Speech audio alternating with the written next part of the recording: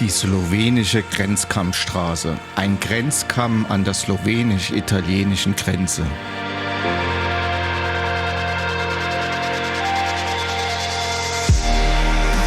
Nicht alle Kammstraßen, die sich an nationalen Grenzverläufen orientieren, müssen gleich für den Großteil der Motorradfahrer eine Herausforderung darstellen.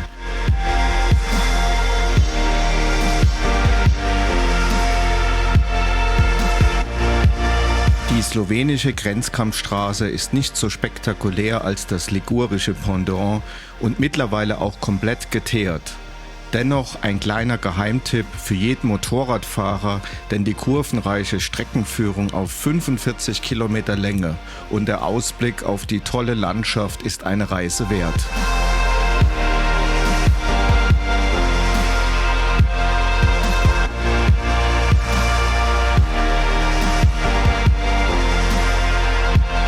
Der nördliche Einstieg zweigt in Idrisko im Soča-Tal von der Straße 102 ab.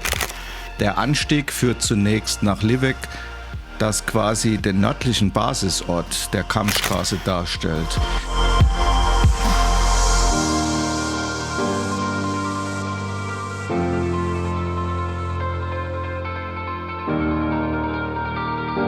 Nach einem weiteren Anstieg erreicht man östlich des Ortes Livske den Kollevrat-Kamm.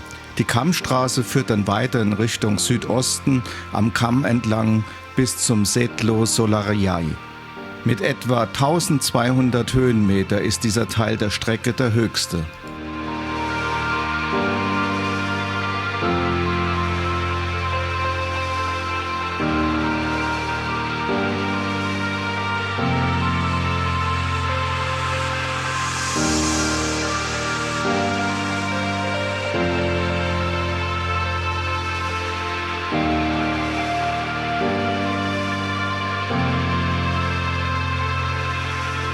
Verglichen mit den großen Namensvettern der Westalpen ist die slowenische Grenzkammstraße eher eine leichte Genusstour, die man auch mit großen und schweren Touren fahren kann.